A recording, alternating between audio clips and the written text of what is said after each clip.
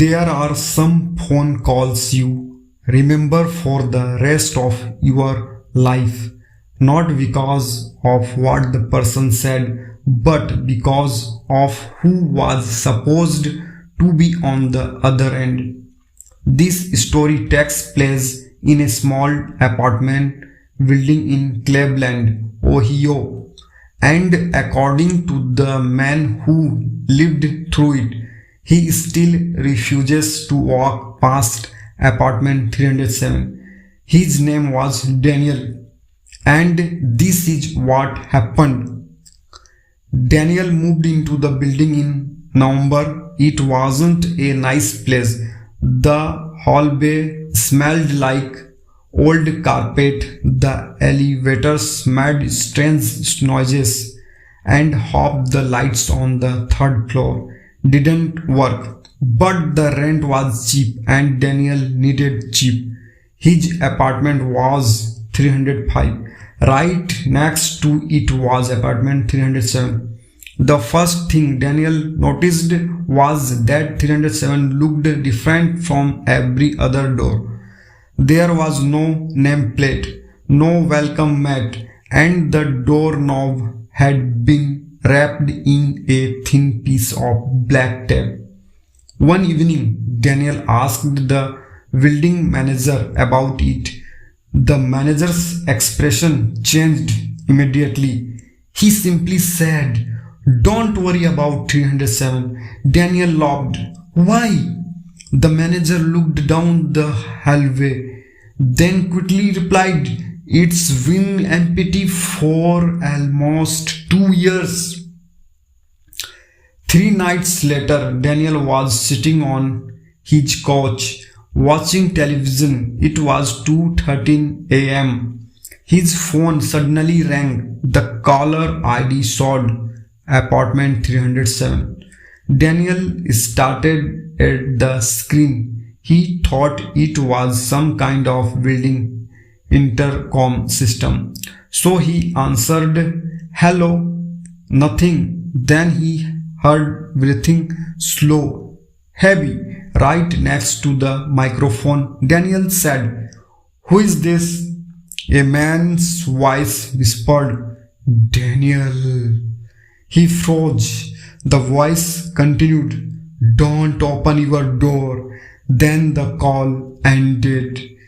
Daniel immediately checked his phone. There was no missed call, no call history, nothing, as if the phone had never rung. At exactly 2:17 a.m., Daniel heard 3 knocks. Knock, knock, knock. They came from his front door. Daniel didn't move. Another 3 knocks, this time louder. He slowly walked toward the door. Then he heard a voice from the hallway. "Daniel." It sounded exactly like the man on the phone. Daniel looked through the peephole. The hallway was empty, but something was wrong. The light outside apartment 305 was flickering, and at the very end of the hallway, apartment 307's door was open. Daniel knew it had been locked earlier. He stepped away from the door. Then his phone rang again. Apartment 307. He answered. The same voice whispered, "Whatever you do, don't look behind you." Daniel stopped breathing because he could hear something breathing behind him. Daniel slowly turned around. Nothing. His living room was empty, but across the room was a large mirror, and in the mirror Daniel saw himself standing near the door, except there was someone standing behind him, a tall man, pale face, dark clothes, head hanging forward. Daniel spun around. Nothing was there. He looked back at the mirror. The man was gone, but something else had appeared. Written across the mirror in what looked like fingerprints were four numbers. 307. Daniel grabbed his keys and ran outside. He didn't even lock the door. Daniel ran downstairs and woke the building manager. The manager looked terrified when Daniel mentioned the phone call. Did you answer it? Daniel nodded. The manager sat down. Then he said something Daniel would never forget. Someone dead in 307. Daniel asked. When? The manager started at him. 2 years ago. Who? A man named Michael. Daniel asked what happened. The manager said Michael had lived alone one night. Neighbors heard him screaming. When police entered the apartment, Michael was dead. But the strange part was his phone was found in his hand and the last number he had called was 305, Daniel's apartment. Daniel couldn't sleep. The next morning he searched his phone for the strange call. Nothing. But then he noticed something. His phone had automatically recorded the conversation. Daniel played it. At first only static, then breathing, then the voice. Daniel. His own voice responded. Who is this? The voice whispered, don't open your door. Then there was silence.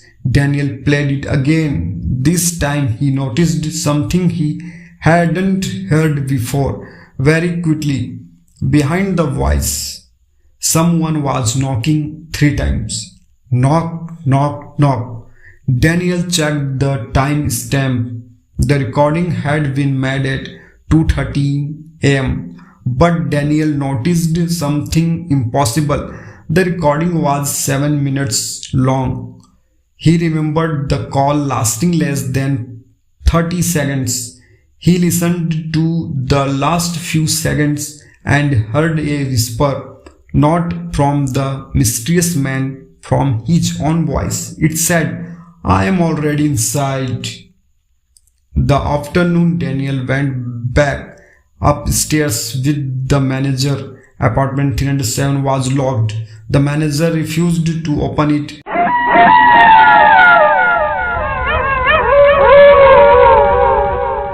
Daniel insisted.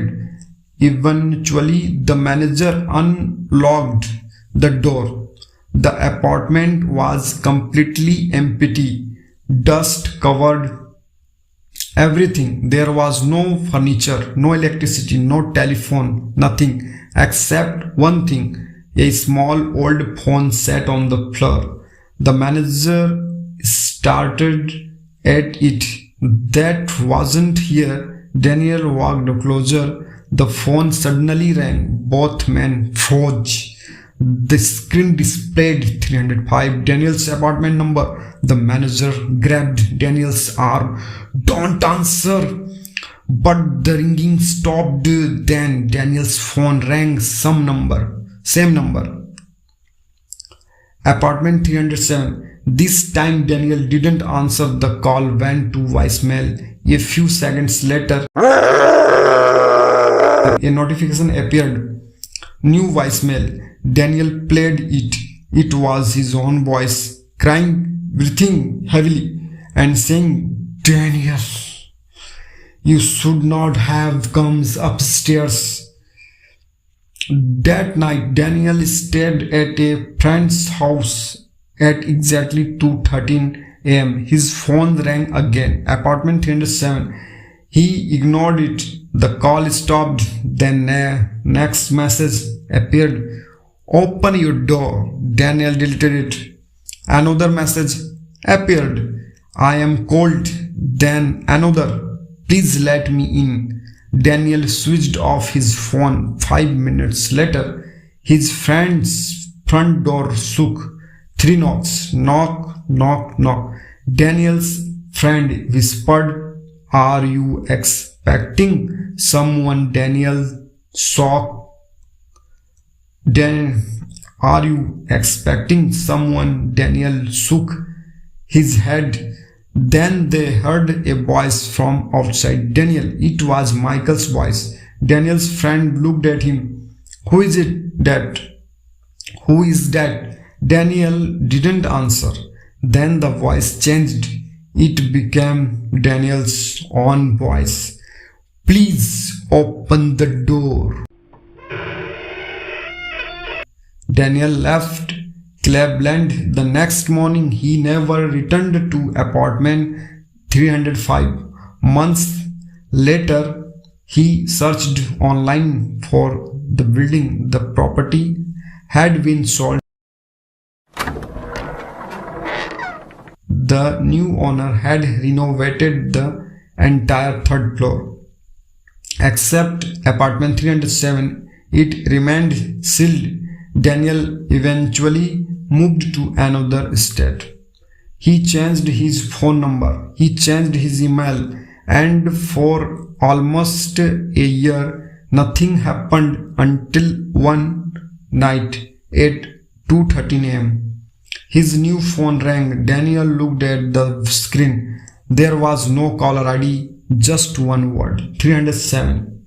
He didn't answer. The phone stopped ringing. Then a voicemail notification appeared. Daniel started at it for several seconds. Finally, he pressed play. There was silence. Then 3 slow knocks. Knock, knock, knock. And a whisper, his own voice, saying, Daniel, you forgot to lock the door. The recording ended. Daniel looked towards his bedroom door. It was open, and he was absolutely certain he had closed it before going to sleep.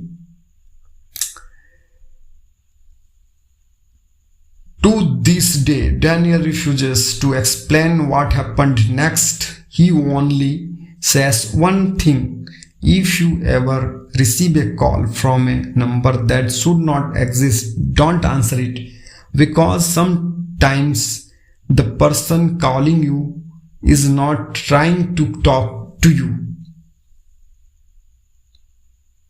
They are trying to find out where you are.